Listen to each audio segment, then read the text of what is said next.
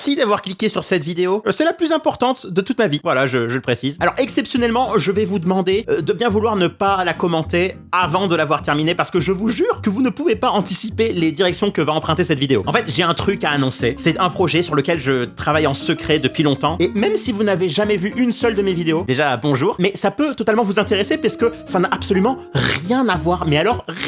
Mais j'ai besoin de vous expliquer dans quel contexte ça a été fait. Donc je pose ça là pour l'instant, on y reviendra après. Ce contexte, en fait, il part d'une énorme connerie que j'ai fait. Littéralement la pire débilité de toute ma vie. Et j'aurais préféré vraiment ne jamais en parler. Déjà parce que j'ai très honte, comme vous pouvez le voir à ces petits traits rouges. Mais aussi parce que c'est un sujet qui est tabou. Eh oui, je pense qu'on peut le dire, c'est un sujet tabou. Mais j'ai quand même besoin d'en parler et tant pis, advienne que pourra. Bref, je pose ça là pour l'instant aussi et je vais essayer de faire le plus court possible, mais ça va être très chaud parce que j'aurais littéralement pu faire une vidéo entière sur chacun des points que je vais aborder. Alors... ce serait un euphémisme de dire que je sors beaucoup moins de vidéos depuis un bon moment maintenant. Et il y a plusieurs raisons à ça. Beaucoup d'entre vous savent, parce que j'en ai parlé, que j'ai des petits problèmes aux yeux qui m'ont obligé à ralentir. Mais ce n'est qu'une petite partie des raisons. J'en ai parlé dans cette vidéo fin 2023. Et si vous vous souvenez, peu de temps après, j'ai sorti une autre vidéo. Et en fait, initialement, il devait y en avoir une troisième. Mais elle n'a jamais pu sortir. Et on verra juste après pourquoi est-ce que c'était. Je la mets ici. Voilà, maintenant que j'ai tout mon stuff, parlons d'une autre partie plus conséquente du problème. Les vidéos me prennent simplement beaucoup plus de temps qu'avant à faire. Mais vraiment beaucoup plus. Alors, le processus, il n'a pas changé. D'abord, je trouve un sujet. Ensuite, c'est écriture, storyboard, petite réécriture, enregistrement des voix, animation, montage, effets visuels, sound design, musique, miniature, upload. Voilà, tout est toujours pareil. Mais la durée de chaque étape n'est plus forcément la même. Certaines n'ont pas du tout bougé. D'autres, très peu. Et il y en a 3 qui ont explosé. Alors, pourquoi? Déjà, pour l'écriture et le storyboard, c'est très simple. On est passé d'environ 6 minutes de vidéo avec, en réalité, 3-4 minutes de contenu et 2 minutes d'outro où je raconte juste ma vie, à environ 10 minutes de vidéo pure sans aucune outro. Donc c'est 3 fois plus long et aussi beaucoup plus compliqué à écrire. Mais bon, le pire c'est l'animation. Alors... comment vous dire? Je pense dans ce cas qu'une démonstration vaut mieux que 1000 mots. Donc ça, c'est moi qui anime mon personnage faisant un simple pas de côté. Voilà, petit brouillon, on met les poses clés, voilà, on commence à dessiner des trucs au propre, hop, on mélange un petit peu vectoriel et traditionnel, et voilà, on a un pas de côté. Et maintenant, ça c'est moi qui anime mon personnage faisant un pas de côté, mais on est en 2018. Voilà, vous multipliez donc le temps perdu par le nombre de scènes dans une vidéo, vous multipliez ce résultat par 3 puisque les vidéos sont 3 fois plus longues, et on arrive easy à ce chiffre. Alors maintenant, est-ce que c'était le bon choix? Financièrement, je dirais non. Voilà, je vais être très honnête dans cette vidéo. Alors pour le coup, j'ai jamais fait d'Eotoons pour m'enrichir à tout prix. Je refuse toutes les OP dessus, tout simplement parce que aucune marque n'accepte mes conditions. Enfin, je sais pas, peut-être j'abuse, mais bon, la réalité, c'est que financièrement, c'est une chaîne qui n'est pas rentable. Cela dit, artistiquement, je dirais que c'était quand même le bon choix. Ça m'a vraiment permis de progresser. Pour moi, cette chaîne YouTube a remplacé une école d'animation. Je vous le dis clairement. Voilà la première vidéo, voilà la dernière. Ça n'a rien à voir. Mais il y a quand même un moment où j'ai compris qu'il me fallait de l'aide sur toute la partie animation. Parce que clairement, c'est plus possible. Continuer à faire ces vidéos tout seul me ruine petit à petit. Je vous jure que c'est vrai. Et c'était en fait exactement le sujet de cette vidéo. Voilà. Dans laquelle je lançais donc un premier recrutement pour, je crois, 2 animateurs et 2 monteurs pour la chaîne Diabo. Oui, parce que il y a l'autre chaîne aussi, voilà, je sais pas si vous vous rappelez. Donc voilà, je voulais sortir plus de vidéos, mais surtout me débloquer du temps pour taffer sur une nouvelle idée. Voilà, un tout nouveau projet. Oui, c'est toi. Auquel j'avais absolument aucune seconde à accorder jusque-là. Et bref, si cette vidéo n'est jamais sortie, c'est pour une raison. Et cette raison, c'est ça. Mais pour comprendre, il faut remonter en 2015. C'est très loin. Whatever you say, Doc.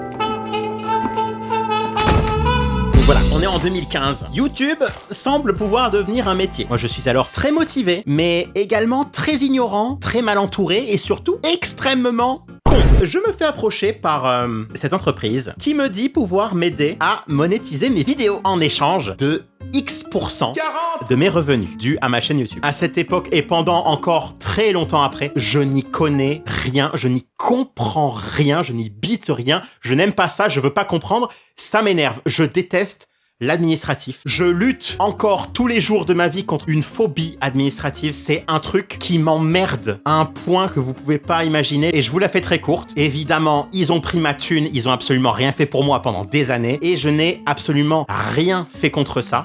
Parce que j'ai cru que c'était en partie grâce à eux que mes vidéos s'étaient mises à faire des vues. Alors que pas du tout. C'était un énorme hasard. En fait, tu vois, comme ce SMS qui te dit que ton colis rentre pas dans la boîte aux lettres et qu'il faut payer 50 centimes pour le récupérer, pile poil le jour où t'attends vraiment un colis. Donc voilà, je me suis fait avoir par ça aussi, ouais. Il y a pas très longtemps. Bref, ce n'est pas le sujet. En plus, entre-temps, j'en ai fait plein d'autres des chaînes YouTube auxquelles ils n'avaient pas accès. Donc j'ai bien vu qu'il y avait aucune différence, qu'ils avaient pas d'impact. Donc je leur en parlais et à chaque fois, ils m'embrouillaient et ils finissaient toujours, tu sais, par baisser le pourcentage. Et je me disais, vas-y, ok. Et j'avais la flemme. J'avais la flemme. Voilà, c'est tout. J'avais la flemme. J'étais con. Ma flemme, elle m'aura coûté énormément d'argent. C'est indéniable. Et donc, évidemment, je me suis clairement fait arnaquer. Mais ça, c'est même pas grave. C'est même pas le pire, en fait. On avance direct fin 2022. Moment où je me dis, là, ça y est, ça serait bien que je trouve de l'aide pour l'animation. Je commence alors à préparer mes 3 vidéos destinées à être postées à la suite en 2023. Et au passage, je me dis, tant qu'à faire, barrons-nous de cette entreprise, c'est bon, récupérons la chaîne. Ils servent à rien, ils ont jamais servi à rien, au revoir. Donc voilà, je fais les démarches, je termine mes vidéos, je poste la première, 1 ou 2 semaines plus tard, je poste la deuxième, et là, je reçois une petite lettre. Donc je l'ouvre et je lis, en gros, bonjour monsieur, contrôle fiscal. Moi, je me dis, bah, si vous voulez. Moi, j'ai rien à me reprocher, s'il y a des petites erreurs, je les paierai, et puis basta, voilà. Comment vous dire? Je vais pas rentrer dans les détails parce que déjà ça me saoule. Ensuite c'est très chiant. Mais en gros, moi j'ai toujours déclaré toutes mes chaînes YouTube de la même manière. C'est-à-dire la manière que j'ai appris au tout début. Le problème, c'est qu'avoir signé avec cette putain d'entreprise à la con, en très très gros, ça la mettait dans une situation différente des autres chaînes, ce qui fait que je ne pouvais pas la déclarer de la même manière et évidemment, j'en savais absolument rien parce que vous avez sûrement pu percevoir que ces trucs me saoulent. Je m'en fous, prenez ce que vous avez à prendre et foutez-moi la paix en gros. Pardon, excusez-moi, je voulais pas crier. Bref, je reçois cette personne des impôts qui m'explique un petit peu tout ça, voilà, autant qu'elle a pu. Elle était très sympathique d'ailleurs au passage. Et pour ce qu'elle m'a montré à la fin, ça l'était bien moins. Ah, c'était une petite feuille de calcul avec l'estimation du préjudice. Combien ? Là, j'en rigole, tu vois, parce que c'est derrière moi. Ça date d'il y a 2 ans maintenant. Mais en gros, entre ce que je devais rembourser, évidemment, les pénalités pour le retard et l'amende que j'ai pris dans la gueule, je vous sors une petite balance. Là, vous avez mon compte en banque. Et là, vous avez la facture. Ça s'équilibre parfaitement. Prenez tout, en fait. Mais prenez tout. C'est ma nourriture. Donc je vois ça, je suis choqué, mais je lui dis ok, bonsoir, au revoir. Là, j'appelle mon comptable, c'est mon propre téléphone qui sonne, évidemment. Je reprends tous ces calculs et je les refais à la lumière de mes propres factures, bref, machin. Et j'arrive quand même à réduire le truc de un petit peu. J'arrive à réduire un petit peu le montant, donc c'est cool. Je serai pas totalement à sec, mais voilà, le projet recrutement est abandonné. C'est mort, je ne peux payer personne. Donc voilà pourquoi cette vidéo n'est pas sortie. Et en vrai, là, je vais vous parler très sérieusement, mon état d'esprit à ce moment-là, c'était littéralement le chien là de l'image dans les flammes là qui dit this is fine. En vrai de vrai, directement j'ai relativisé de fou. Déjà mon premier truc c'était de me dire ça pourrait être bien pire, ça aurait pu être une facture supérieure à ce que j'ai pu tout rembourser direct. Voilà, j'ai toujours un toit sur la tête, ma daronne elle a un toit sur la tête. Donc voilà, c'était un reset quasi total. Et là en fait, j'avais 2 choix. Soit je reprenais les vidéos comme avant en fait, mais avec les problèmes de maintenant, c'est-à-dire que c'est très long et que je continue à perdre de l'argent en les faisant et j'ai pas envie de réduire la qualité pour la quantité parce que c'est quelque chose que je m'étais promis de pas faire. Ou sinon, l'autre choix c'était de prendre un risque énorme, c'est-à-dire de mettre YouTube en total pause ou quasi pause parce que j'ai quand même sorti une petite vidéo histoire de pas non plus passer encore des années sans vidéo, mais de mettre YouTube vraiment totalement de côté, de prendre un peu des commandes de dessin ou de bout d'anime pour des potes de potes, histoire de gagner de l'argent rapidement en parallèle et de faire en fait ce que je voulais faire à la base, c'est-à-dire me libérer ce temps pour ce projet que j'ai et que en fait je me suis dit là c'est maintenant ou c'est jamais en fait, parce que là si je me remets à grind et tout machin, en fait je vais jamais le faire ce truc et j'ai fait un choix. Donc pour moi c'était un sacrifice énorme. Peut-être vous vous rendez pas compte, mais mettre toute son activité de côté sans aucune sécurité pour tenter un truc qui a rien à voir, pour moi c'est big en fait. Et je vais vous le montrer ce truc. Je vais vous le montrer, mais je veux juste préciser avant que c'est peut-être pas hyper adapté aux plus jeunes. Voilà, il y a rien de... Voilà, vous avez compris. Juste, si vous avez, je dirais, peut-être moins de 13 ans, peut-être skipper 2 minutes dans la vidéo, là. Personne ne va le faire, mais au moins, je l'aurais dit.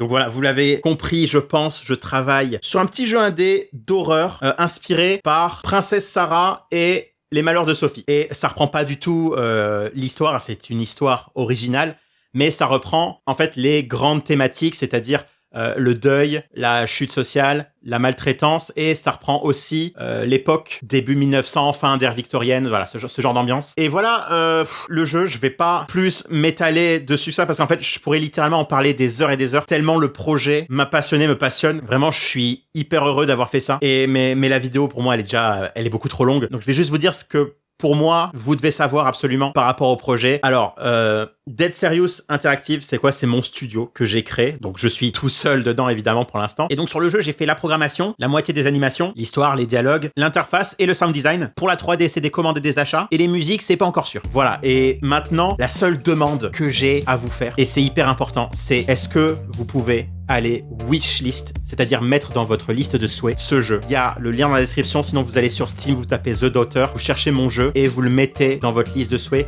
Pourquoi? En fait, c'est la stat la plus importante que regarde Steam pour savoir si à la sortie du jeu, il va être mis en avant ou complètement enterré. Et c'est hyper important pour moi que vous soyez le plus nombreux possible à avoir mis ce jeu dans votre liste de souhaits. Ce n'est absolument pas une promesse d'achat, ce n'est pas payant, c'est totalement gratuit, c'est un bouton à cliquer. Vous pouvez très bien ne même pas l'acheter derrière, c'est comme les likes sous une vidéo si vous voulez.